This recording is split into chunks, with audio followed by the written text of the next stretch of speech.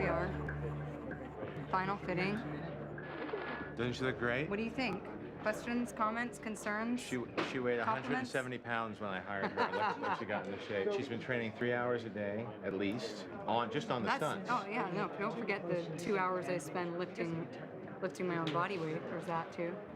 She lifts her own body weight. She looks fantastic. I've eaten so much tuna sashimi since we started that I'm gonna sue for mercury poisoning. We're trying to decide between this and this. Put it on film. And we're gonna be the fighting duo soon. That's right. Me and you. You better bring it.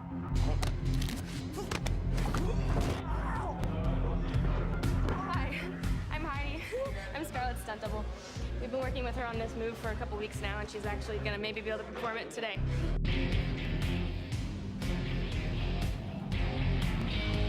It's kind of a cartwheel, a one-armed cartwheel with a leg lock around the guy's neck, and then you yank him down to the ground and does a front flip to his back.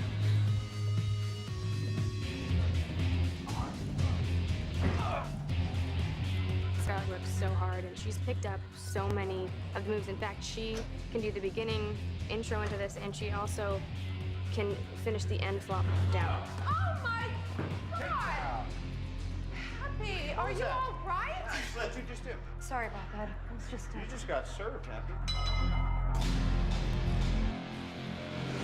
And you have this temptress, shape-shifting female character, Black Widow, played exquisitely by Scarlett Johansson. She starts off as Natalie Rushman, the femme fatale assistant that Pepper knows something's wrong with. In walks this young, gorgeous bombshell and really throws Pepper off her course, you know.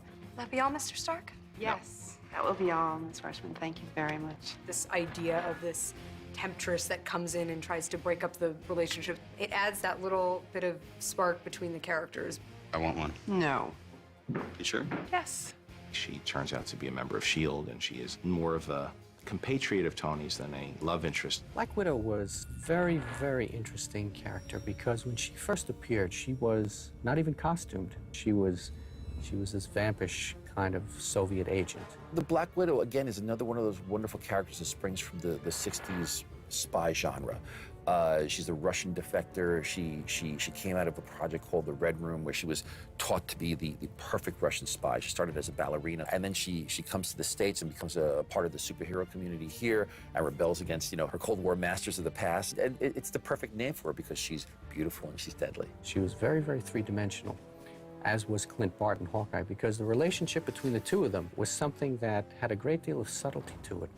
The way she would play him and the way he would play up to her, the way he needed her approval, even though he kind of played a bit of a tough guy. And so Natasha, at the same time, having this kind of femme fatale quality, made her a very, very interesting character. I've always felt that she was a fascinating character with many facets to her personality. She has that espionage-y feel.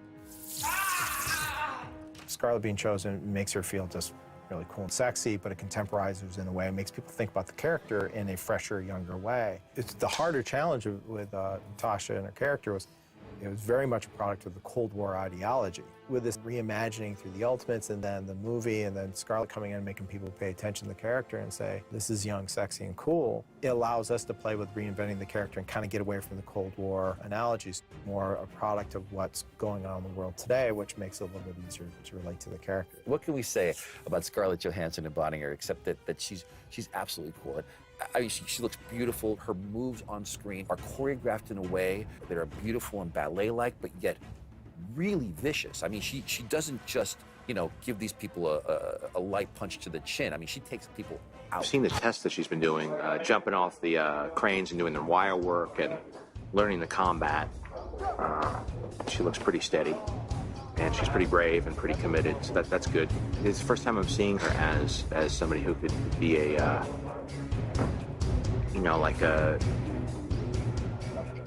somebody who could be the star of a comic book movie.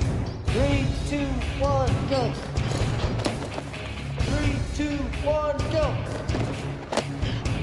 Oh, like Right. that. I was totally out of my element when it came to the physical part of this work, and for me, I've always, I think I was excited to do something that was going to be a challenge for me, and you know, I'm fortunate enough that I'm young and able, and you know, I was certainly more than willing to be a part of the action, so to speak. She had a really good time doing it. Unlike some of us older curmudgeons, there's very little you can do to get under her skin. She's just consummately professional. I loved the first movie so much, and so as soon as I heard that there was a possible part in the second installment, I was all over it. You know, I was desperate to be a part of it.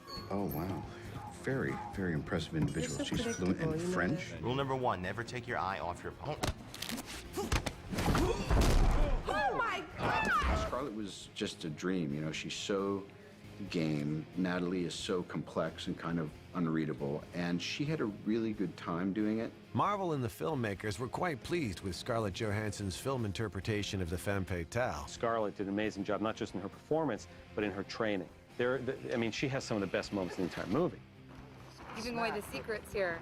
I was certainly more than willing to be a part of the action, so to speak, and I wanted to really sell it. You know, I wanted to know what it feels like to, you know, to hurdle over giant bodyguards and, you know, do all kinds of flippy things. She spent hours and hours and hours for months, by far the most dedicated actor when it came to the stunt work and the physical work.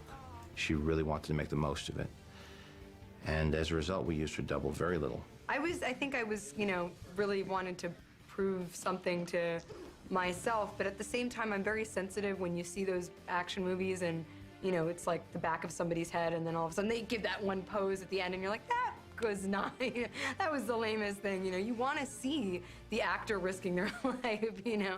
It's part of what makes, what sells it, I think, as an audience member, and I, you know, like I said, I'm sensitive about that sort of thing, so I never would want to be that, you know, I wouldn't want to be perceived as like a wuss who couldn't do it, I guess. You really believe that as she's moving through this this hallway full of these guards, that she's able to do her flips and turns and grabs. It was pretty inspired, and she learned a lot of it. She did wire work herself, and then it was about designing the costume.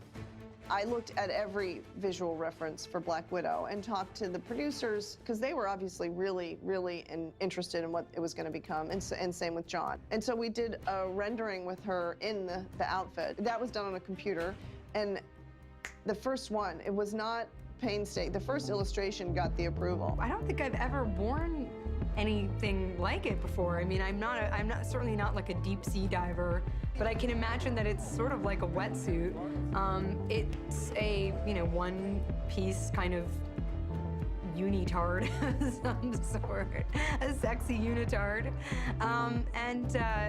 You know, the first time I tried it on, I mean, obviously it's been a lot of, you know, I've been really like training and trying to get fit for this costume and make it look just right. And you know, it certainly, Mary Zofries has helped me in a lot of ways just by designing something that I think is both functional and looks really badass. Scarlett's been doing an amazing amount of training for this. In some of the more dangerous parts of this sequence, I put Heidi in just because I can't risk having Scarlett get hurt, but this is kind of the culmination of about 8 weeks of solid training for her, about 4 hours a day. When I first saw the sequence that they wanted me to do when it was completed and choreographed, I just thought to myself, oh my God, I just don't know how this is, how am I gonna do this? Ready, and action.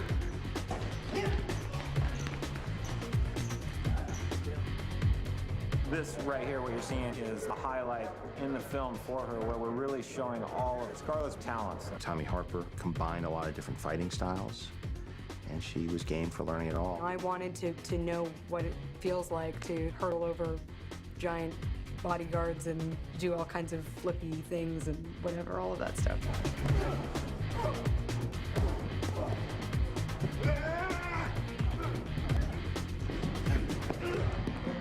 I think we got it, and when Tom says that he got it, then I know he got it. It was good. You felt good with it? I didn't see anything. Are you sure? Yeah, I know, like, we're gonna still pick up like specials. Yeah, you're right.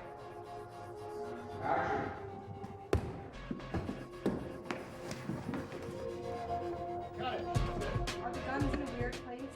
Wire. There. Action! Okay. One more, right away. Is that helping? That does help. Man, I'm trying to make her badass, man. She's too sweet.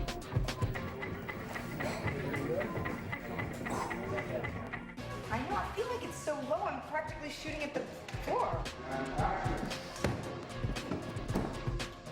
They're wonky. Did that look like I was looking right at you? One more. He's gone.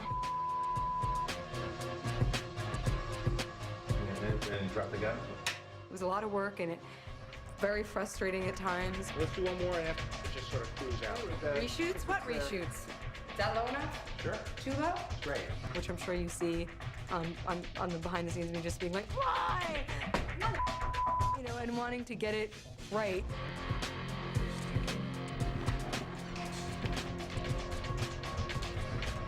Ready? And action!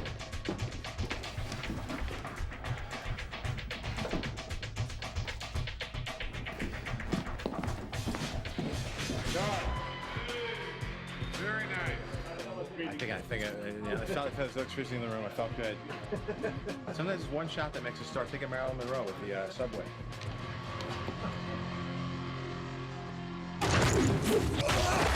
I think that the possibilities are really endless as far as, you know, Black Widow's involvement with the Marvel Universe. It's just whether the fans are kind of demanding of the studio what they want to see.